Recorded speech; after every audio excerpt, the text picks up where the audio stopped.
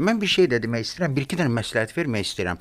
Yəni bayram verilişimizin mövzusu bayram günlərində qəzaların artmasıdır. Bax bu bayram günlərində qəzaları azaltmaq üçün artır. Əsasən sürücülər özlərini qorusunlar iri ticarət mərkəzlərinin yanında.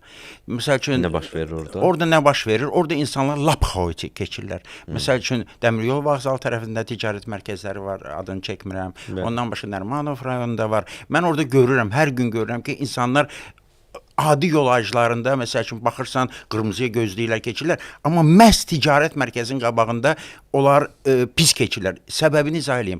Burada psixoloji amil var. Elə bil ki, məsəl üçün bayram qabağıdır da, kimsə bayramlaşmaq üçün nəsə almaq istəyir. Beynində bir dənə fikir olur. Uşağıma nə alım, qohumuma nə alım, xətrini istədiyim dostuma nə alım və yolu elə bil adi günlərdə də pis keçirlər. Bayram günlərində o fikirlər daha çox olduğuna görə çox pis keçirlər. Yaxşı, qaydanda da pis keçirlər. Sual doğur.